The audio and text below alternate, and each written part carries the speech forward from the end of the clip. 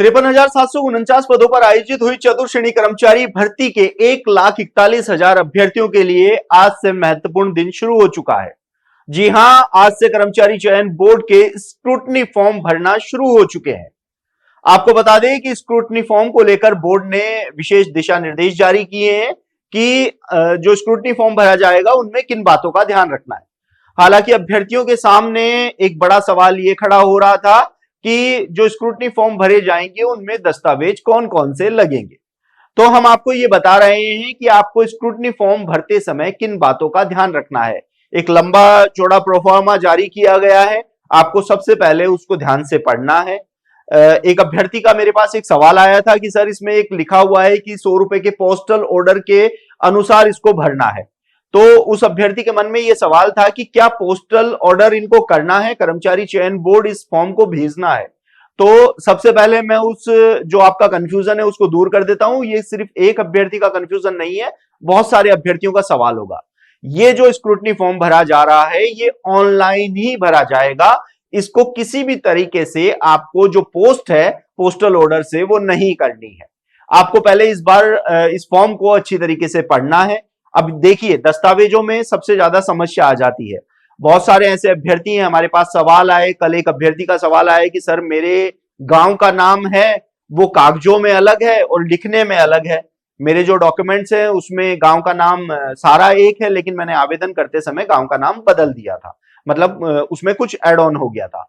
तो ये छोटी छोटी चीजें हैं, ये आपको भर्ती प्रक्रिया से बाहर नहीं करेंगी, आप इनके ऊपर ज्यादा ध्यान नहीं दीजिए। आपका सबसे मेन चीजें हैं आपके दस्तावेज, वो आपके एकदम ओरिजिनल होने चाहिए। आपके माता का नाम, पिता का नाम, आपका खुद का नाम, इसके साथ ही आपकी जो 10th की मार्कशीट है, आपके जो सर्टिफिकेट है, उनमें किसी तरह की कोई गलती नहीं होनी चाहिए। अगर इनमें कुछ गलती होती है तो आपको पहले एफिडेविट भी लगवाना होगा कि कई लोगों के जैसे पिता के नाम में कुछ बदलाव आ गया था, कई लोगों के जो माता के नाम थे उनमें बदलाव आ गया था कि आधार कार्ड में नाम दूसरा है और आवेदन करते समय दूसरा नाम भर दिया। ऐसे में आपको एफिडेविट लगाना है। अपनी 10th की मार्कशीट जरूर अपलोड करनी है, क्योंकि अगर आप 10th की मार्कशीट अपलोड नहीं करेंगे तो उसमें समस्याएं हो सकती है, और जो दूसरी जो गलत मार्कशीटें हैं या गलत डॉक्यूमेंट्स हैं वो अपलोड आपको नहीं करने हैं। एक लंबा चौड़ा परफॉर्मा है, 15 दिन का आपके पास समय है। पहले आप इसको ढंग से पढ़िए कि कौन सी जानकारी कहां जाएगी। इसके लिए आप बिल्कुल देखिए कि गलत जानकारी ना भरी जाए। और यदि आपको कोई चीज समझ में नहीं आती है तो आप कर्मचारी चयन बोर्ड का जो ऑफिशियल नंबर है, हेल्प डेस्क है, वहां पर आप फोन कर सकते हैं या उनको मेल भी कर सकते हैं उनकी मेल आईडी पर। हालांकि कई अभ्यर्थी कहते हैं कि हेल्पलाइन का नंबर बिजी आता है या उठता नहीं है, तो देखिए आप थोड़ा सा ट्राई करेंगे तो आपको जवाब मिल जाएगा। अब बात आई है दस्तावेजों की। देखिए, पीएच कैंडिडेट जो अभ्यर्थी हैं, पीएच वाले अभ्यर्थी हैं, उनको अपने जो सर्टिफिकेट हैं वो अपलोड करने होंगे।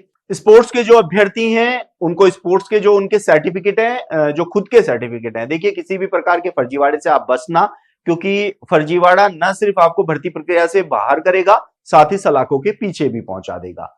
और जो आप आवेदन जमा कराएं, उस स्क्रूटनी फॉर्म है उसको जमा कराएं, उससे पहले उसको आराम से पढ़ लेना कि उसमें किसी तरह की कोई गलती तो नहीं है।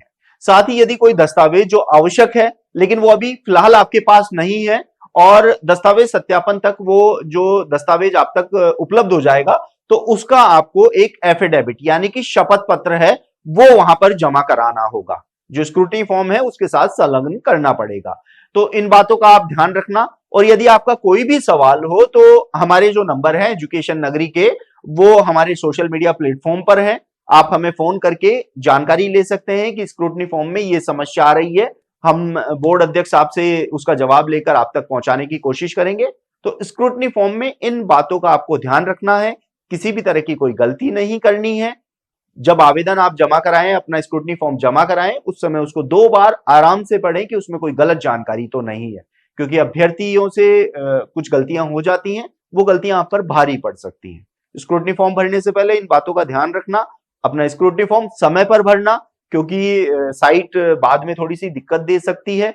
कई भर्ती परीक्षाओं की आवेदन प्रक्रिया भी चल रही है, तो ऐसे में साइट आपको परेशान न करे, इसलिए स्क्रूटनी फॉर्म को समय से भरकर जमा कराएं। अगर एजुकेशन नगरी में आपको कोई सवाल पूछना हो, कुछ भी कहना है, तो आप हमारे कमेंट बॉक्स में भी मैसेज डाल सकते हैं, हमें फोन भी कर सकते हैं। हम कोशिश करेंगे कि आपकी हर संभव मदद कर सकें। आप देखते रहिए एजुकेशन नगरी। मैं हूं ललित वर्मा।